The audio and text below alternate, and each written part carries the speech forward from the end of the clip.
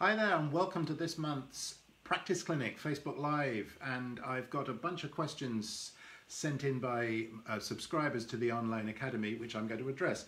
My name is Fitch. I'm one of the founders of the online academy, and we have a bunch of questions, as I say, sent in by readers or subscribers each month, and I aim to address these questions. They're normally practice related, but because practice and technique and style are all interrelated, there is a bit of overlap. So let me just jump straight in. But before I do that, actually, let me just ask you to say hi, just say where you're coming from. Anna is here, Midori and Neil are watching, that's great. And you know how to press all those buttons. We like the heart buttons and the like buttons. The other ones you can leave out, but those ones are good. Christine and Viv, nice to see you all. So let me just start straight away with a question from Janet, who asks, could you please give me advice on improving legato playing? I speak generally, but give, for example, Beethoven's Pathetique second movement and Chopin's Nocturne posthumous with reference to the left hand. So, Janet, yes, let me just address the first part of that. You asked for general advice on legato playing. I think there are two things to say about it. One is the physical act of connecting one note to the next, which feels very much like walking. You know, I lift, I can decide whether I lift this note as I play my next note or just slightly after. Can you hear the slight overlap there? So in terms of terminology, this would be a plain legato, whereas this would be a legatissimo. So that's the mechanics of legato, but what it really means is creating a line where one note is connected to the next. Now we've got various ways of doing that. One is the fingers and one is the pedal, but the other is the ear. So there might be examples where we can't actually connect physically, because to do so would either be impossible or create tension, in which case our job is made a little harder, because we have to listen very much more carefully to how we're connecting a note. Say if I'm moving my hand from one position to the other and I want to join, I've got to concentrate that little bit more. If I can feel the legato under my hand, it just makes the job easier, smoother. So, Janet, you've asked about the beginning of the Pathetique second movement. If I just show you, I'm working now from, I've decided to get off my shelf one edition of many that I have, and it's the Peters edition with Claudio Arrau's fingerings, which are very intent on a physical legato. Let me just play the beginning of it with his fingering. It's actually not the fingering that I use, but 3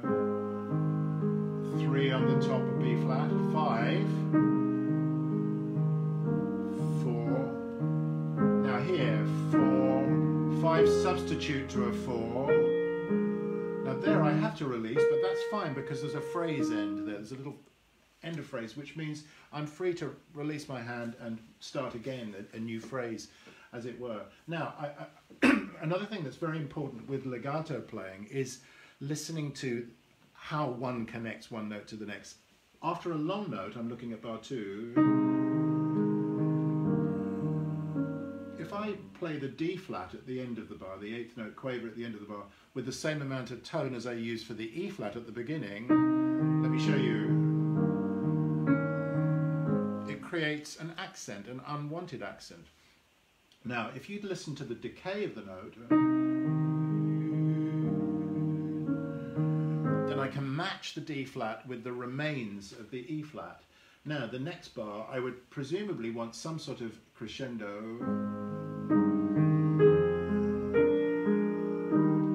through that bar. Now, notice then, I did my fingering, which doesn't actually use the substitution. I do 5, 5, but I'm connecting by my foot, and I'm listening very much to make sure there's a good join there. Legato also implies intonation, which is something that pianists don't usually think about, but it's actually a very important aspect of piano playing, intonation. So if I'm playing, let's say I take my bass line here,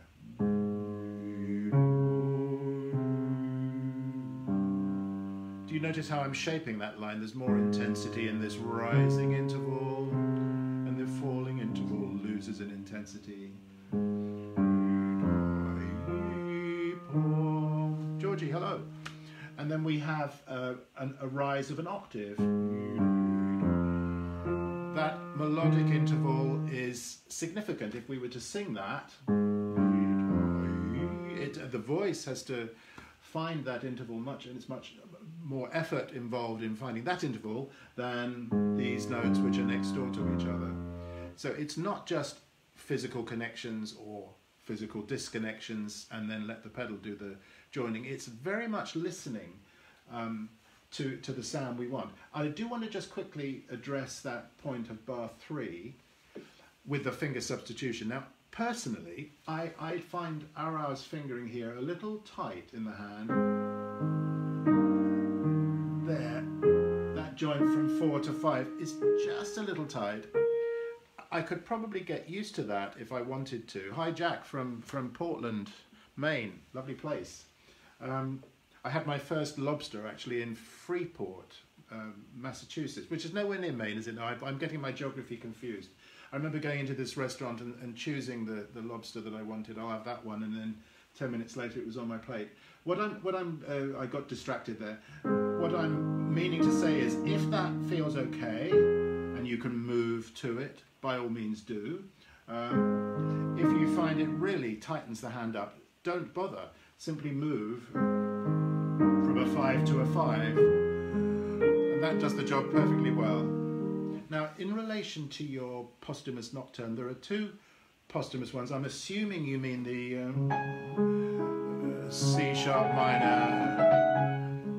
Janet, I'm assuming that, but you may be thinking of the E minor, but actually let me just look at the C sharp minor because actually similar idea. So the physical act of connecting here would be via a pivot in my 3rd finger.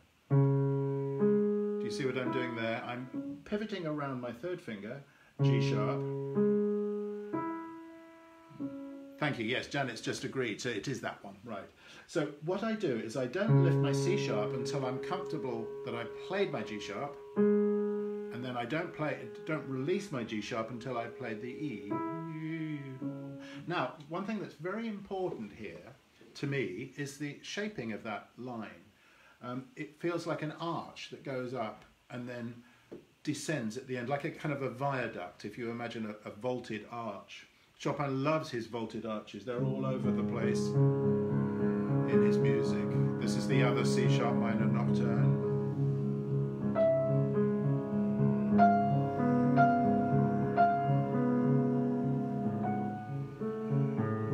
That left hand is I wouldn't say it's just as important as the right hand, but it is equal.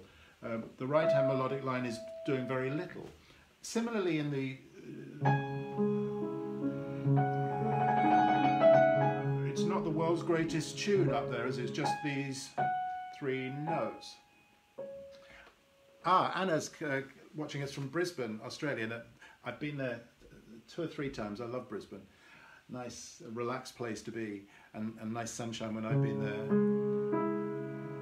But what I'd want to hear is the sigh at the end. So intonation again.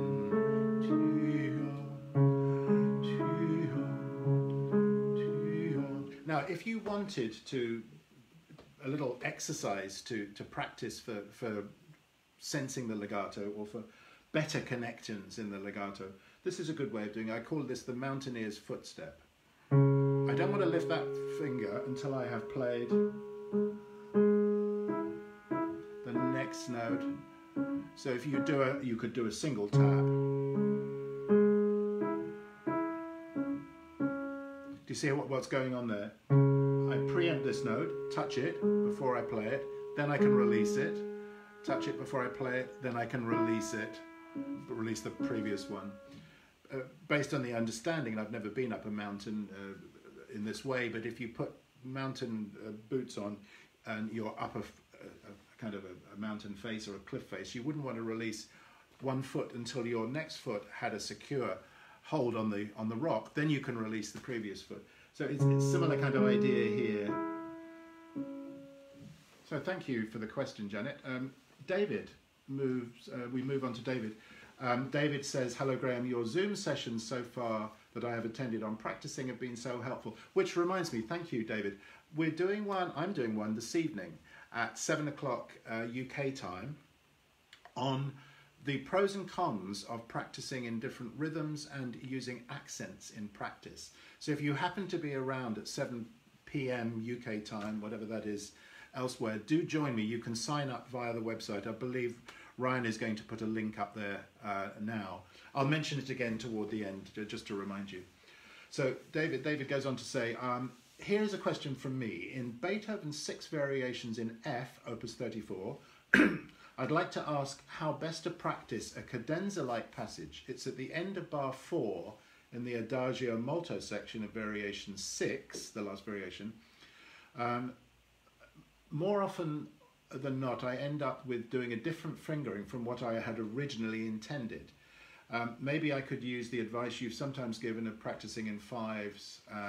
So he goes on to mention a few suggestions that I might give. Actually, I wouldn't give those here. The spot that David is mentioning, it's actually, I'll tell you what, I'll break with tradition and just show you what's on my iPad. Can you see all those fast notes there at the end? Now what I've done, you can probably see actually, if you look closely on my iPad, I have put in some 16th note or semiquaver cribs at the bottom. Let me just play the thing. Adagio molto.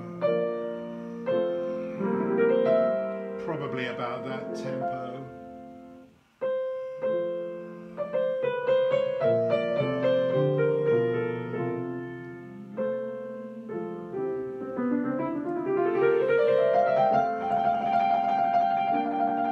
And then I'm out of that passage. Now, it's supposed to sound free on the one hand, but on the other hand, our listener has really been used to feeling this pulse. If you listen to my left hand, there's a kind of inevitability about the pulses there. So if I would be too late for my trill at the arrival at the end, there would be some discomfort. The listener would notice that there was something not quite right about that. So what I would suggest doing would be to perhaps play the 16th note pattern in the left hand. So I'm adding stuff that Beethoven didn't write, just as a kind of framework.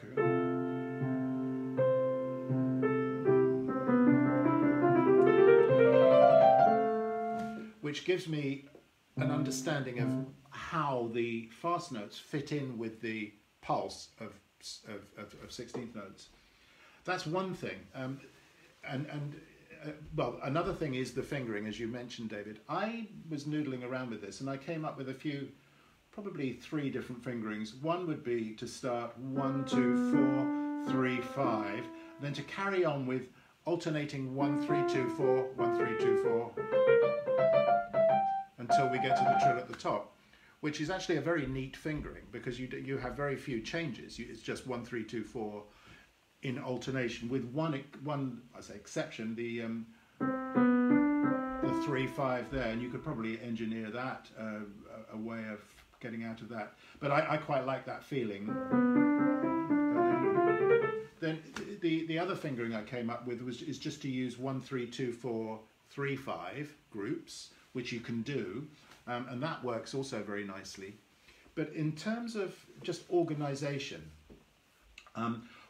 if you've figured that the D comes with the next 16th in that beat, and then the F, the beginning of the group of 17, comes with the 3rd, so you've got a group of 4 there, I mean, sorry, 2 groups of 4, 1 group of 8, and then 1 group of 9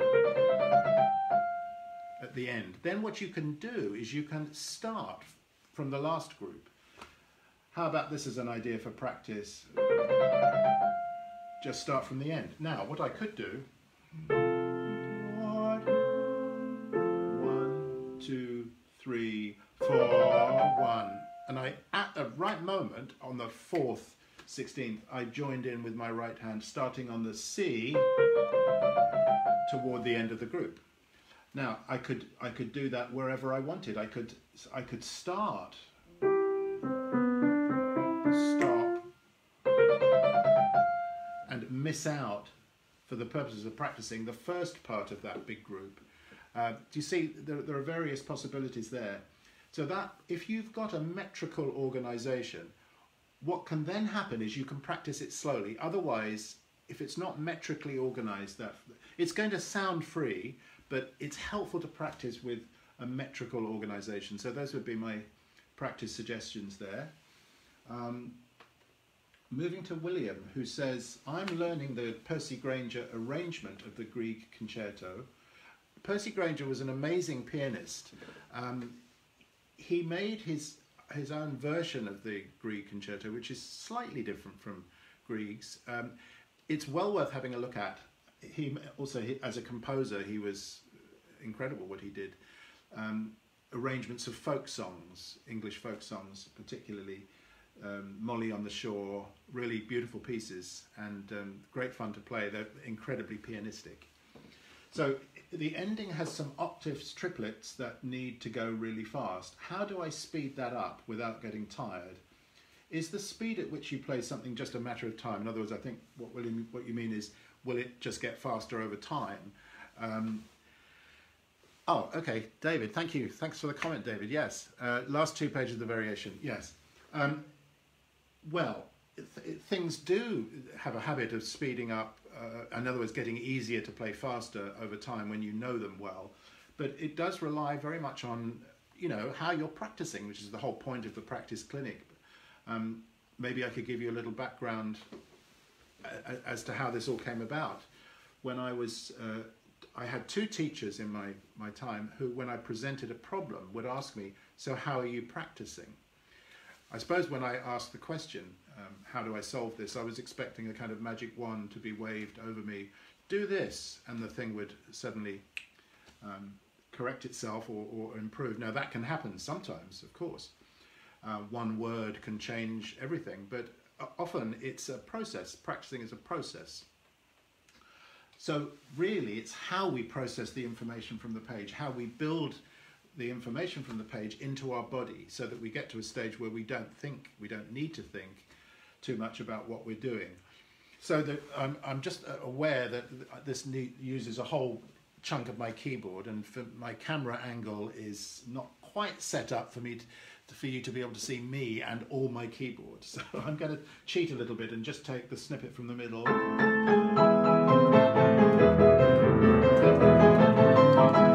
That kind of idea, I could do that better. But for practice purposes, what I would do is many things. But what it feels like to me when I play that fast is that I'm very close to my keyboard. I keep as close as I can. I don't want to be lifting too much. So the practice, a lot of the practice would be done really close to the keyboard and not FFF. I think if I can give one piece of advice, if something is loud, and this is FFF, don't practice it FFF very often. In fact, hardly ever. Do most of your practice softer, actually much softer, because what we want to achieve, first of all, with the thumb, I would tend to want to start with the thumb, and I'm going to show you one hand so that you can see it better. And I would practice it separately, of course, as well as hands together.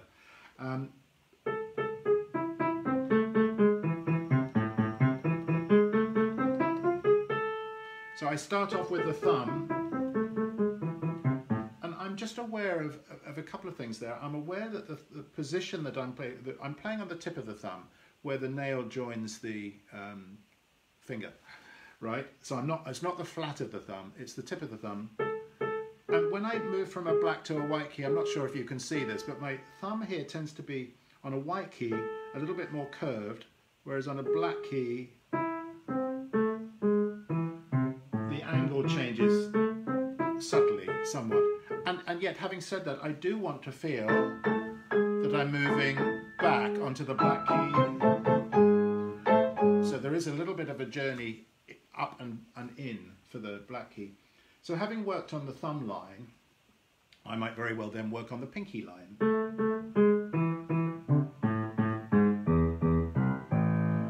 with the thumb in the position. Whoops. You get the idea. So that a little bit firmer when we play the pinky. Bell says, oh, that comment's now disappeared, Bell. I'll have to look at it afterwards and get back to you. The thing scrolls up, so I can only see just the very last comment. So if we come back to the thumb, a very useful thing to do would be to add the note of the chord, the top note of the chord.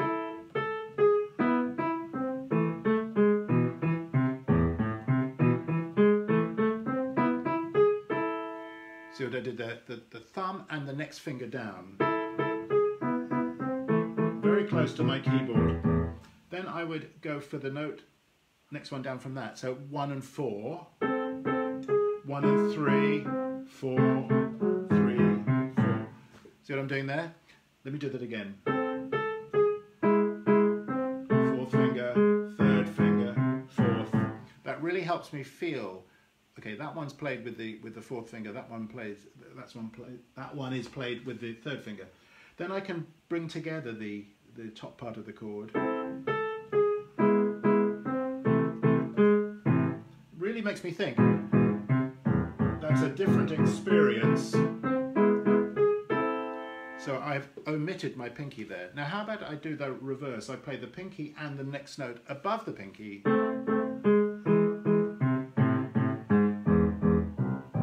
And back up again. And then the pinky and the 2nd finger. I have to think. You really have to think. I'm not practicing this piece at the moment. If I were, I would be more fluent at that. But the idea there is a very good idea. Now, what about this?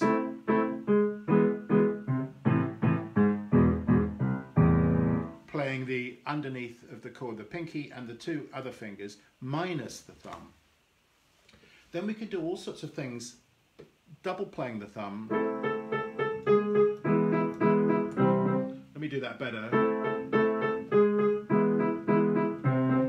There we go.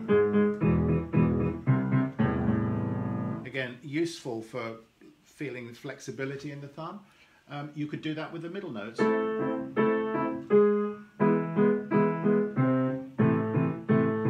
Just to make sure that those fingers are actually actively engaged. In terms of getting it faster, I think my main project with that would be to do little bits of it faster. So perhaps even just that. And then perhaps from here to the next group. But notice how light it is. So fast and light, and then all those deconstruction ideas would be very helpful, I think, there, as would just keeping close to the keyboard.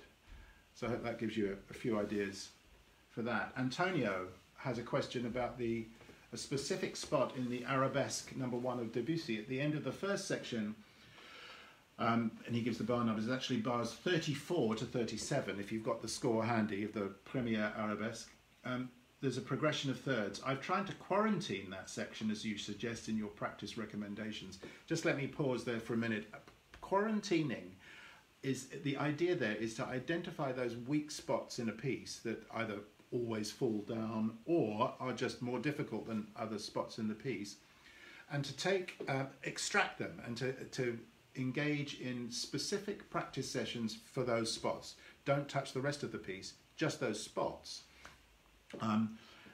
This would be a very good example of a kind of step-ladder approach. Let me get rid of my Beethoven from before and replace it with the Arabesque. I'm sure we all know the first Arabesque, don't we? This beautiful...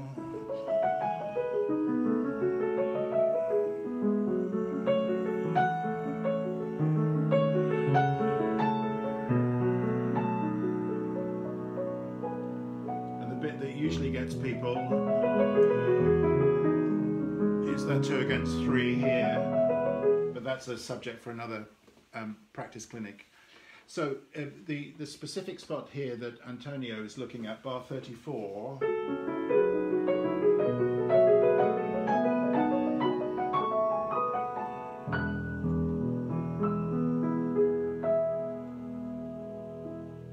So the problem seems to be that when I speed up my double notes, my pair of fingers tend to go out of sync and sound pretty uncoordinated towards the end. Do you have any recommendations on how to practice so that the finger pair sound together? Yeah, now, there's just tons to say about that, just that one right-hand passage. If I break it down so that you can see what's going on, there's a melodic line on the top, played with the pinky. It's just a scale, actually.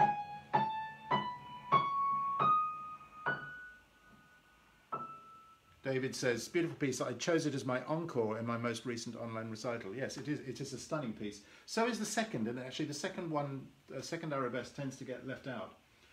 So the first thing you could do would be just to simply take the pinky line and play it with beautiful sound, pinky in contact with the keyboard. We don't want to be lifting the pinky, we don't want to be dropping the pinky. In contact with the keyboard, and listen for the quality of sound that you want. You could even do that against the bass line.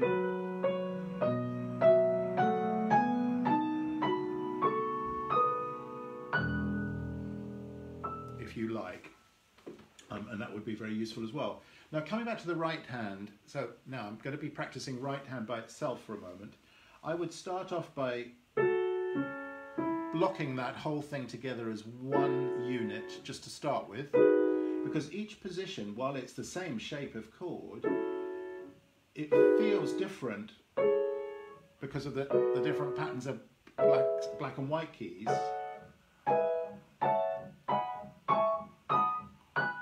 So the first thing I would want to do, or rather the next thing I'd want to do, is just to make sure my hand was really comfortable with those positions and the position shifts. Now, what you could, if you wanted to do a little bit of work on that, do some tapping, which involves lifting either or repeating either single fingers or pairs of fingers. Let me repeat the pinky. Notice I'm not lifting my finger up, I'm just lifting it up enough in order to replay it. There's no finger lifting or finger isolation going on here, for those of you that are worried, and so on. And then I might do the same job with my third finger, and just sense what the third finger has to do in each chord position. Second finger, same. Yeah, and then the thumb. Pairs of fingers, how about the upper pair? Particularly useful since that's what you're going to have to do. But you could also do that with the middle pair. And the lower pair. How about the outer pair? See, just exhaust all these possibilities, these combination possibilities. After having done that, I would tend to want to go for something that's staccato underneath for practice. So I can separate, this is a principle in piano playing, that if I want to separate my sound, in other words, if I want something a bit firmer on the top and lighter underneath, I can practice by separating touches. Touches will then help me when I play legato. I don't want to play staccato eventually. That would be dumb, but for practice that's a very useful thing to do, and then this would also be very useful, just playing those top, the pair of fingers by themselves, just the top. I've come up with all sorts of other things. I don't think we've got time to do them, but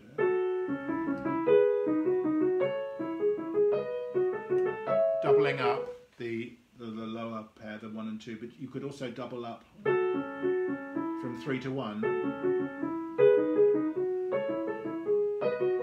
There would be value in that, because that, in order to do this, I have to let go of my 3 but hold on to my pinky, which is actually what I have to do when I play. So it's, again, fertilizing the soil for when I get to that spot. My hand will have been used to a variety of different activities based on the patterns that we find there, so that when I play the pattern that we find there, it all comes together and makes it fit like a glove, actually, in the end.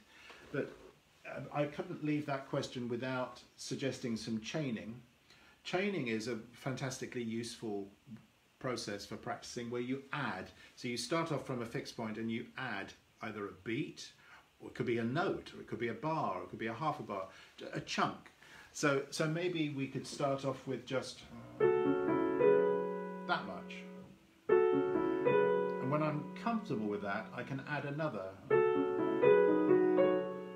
Just making sure I'm really lined up nicely behind my 3 and 5. And I felt like I needed a different position for that pair of fingers, 5 and 3, than for the second group, because I've got a pinky on a white key here, black key, and my thumb has to go on a black key. So I've got to have moved up a little bit further for that. Now I come back out again a little bit before I'm moving in. So if you just allow yourself a little bit of leeway along the length of the key. Now, did you see how the chaining works? We can also chain backwards, which means taking the very last group. So that would be this. And then adding the penultimate group. And then from the second beat of that bar. And then from the first beat of the bar. It makes sure that I've got a really good ending. Because I think that was the nature of your problem, Antonia, wasn't it? Or part of the nature of the problem was that it probably started off well, but didn't end well. So if you start practicing from the end and work backwards, you'll stand a fighting chance of doing well at the end, as well at the end as you do at the beginning. And that backwards chaining is a very useful tool. You can use that. I was doing it by the beat, so that was backwards chaining by the beat, but you could also do it in other situations, backwards chaining by the bar measure, or by the section. So let's say you've got a Chopin waltz that you can divide up into 10 sections, for argument's sake, and you've marked those in on your score, 1 to 10. You might practice the last section, section 10, track 10, and then you could practice tracks 9 and 10, and then 8, 9, 10. And then 7, 8, 9, 10 until you get back to the beginning. And that will mean that you know the ending better than you know the beginning, or as well. And it would also mean that you could start from anywhere, which gives you the security in a performance, just the feeling that you know you can start from any one of those beginnings. Arantxa has a question from Madrid. My pinky finger hurt when I attack the keys forzando. Well, I don't like that word attack. That's probably the first challenge I would say, attack the keys forzando. This happens on the percussive arpeggios at Mozart's Rondo alla Turca and the section B of Schubert's Impromptu in E flat, where I am following your very valuable annotated version. Yes, I do have a study edition of the E flat Impromptu, which you can find on the Online Academy, which has got footnotes and all sorts of QR codes with videos, demonstrations of little snippets. You're probably meaning, Arantxa, I think this spot, yes? Where we have to go into the pinky, but let's look at it in a second, because you also mentioned the Rondo alla Turca. I'm assuming you mean that's what I'm guessing that's what you mean. The arpeggio is in the left hand, but the right hand has to play double octaves, what's known as double octaves. Well, actually octaves. Double octaves would be that. There's quite a lot to say about the pinky. First of all, if you look at a pinky in an X-ray of the hand, it's so small. The bones are really, really tiny. So I think it helps a lot to think of the pinky as an extension of the arm.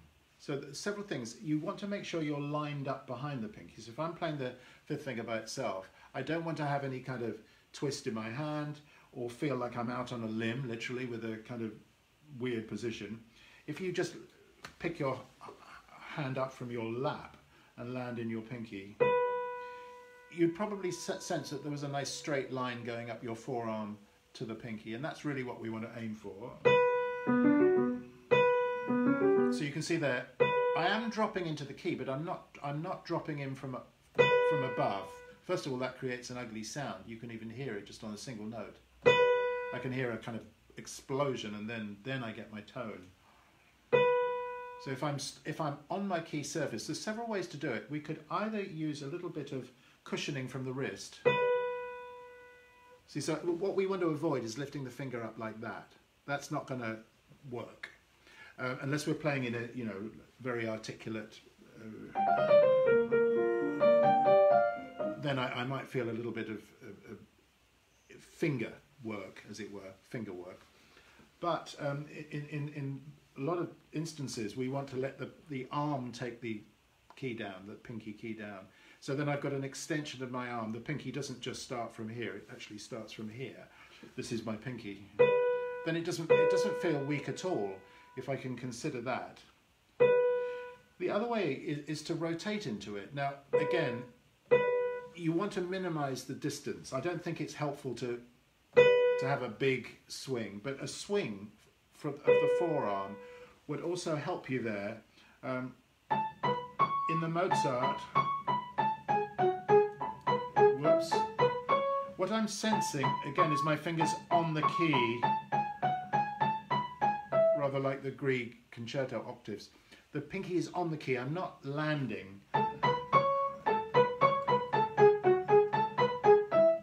But just to, again, stress the importance of practicing softly, but do not play through an injury. If you've got an injury that's causing you to have to stop playing for, you say here, that this pain lasts for weeks if I'm practicing the piece for more than a couple of hours a week, I would actually seek help for that, Arantxa.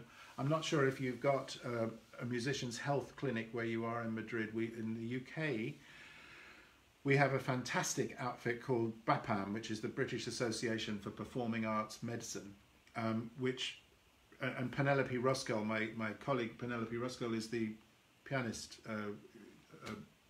consultant. And Penelope is one of the leading experts on rehabilitation of musicians' pianists' injuries. Go on the BAPAM website and see if there are any resources for you in your area. I don't think I would try and solve that problem by yourself. Go to a specialist teacher who will address that issue and give you exercises and sit with you and make sure that you're moving correctly, moving well, because it sounds like you may have injured the end knuckle of your pinky. So I don't think I'd want to say anything more about it than that, because it's quite a serious thing. If you've got an injury and you play through the injury, you're going to make it worse. But those are some general ideas about the pinky finger. Just before I wind up, and that seems to be the end of the questions for this month, just to remind you again about the workshop that I'm doing tonight, British time, that's 7 o'clock UK time, 7 p.m, where I shall be talking about the pros and cons of practicing in rhythms and using accents for getting passage work and scales faster. There are merits and demerits of it, and I've also got a very neat practice tool which Stephen Huff particularly likes to use, and it was shown to me in my younger years as well. I'm not going to give it away now. If you're free at 7 this evening, do join me. It's an interactive workshop on Zoom, where if you want me to, in the breakout sessions, we've got 2 or 3 breakout sessions, if you want me to just quickly supervise what you're doing, I can drop into your breakout room. If you don't, if you want to be private, you can be private. You don't have to have me nosing around. So it's a 90-minute session. So yes, thank you so much for your attention and for your questions. And I will look forward to seeing you next month for the next practice clinic, if not tonight for the workshop. Thank you so much.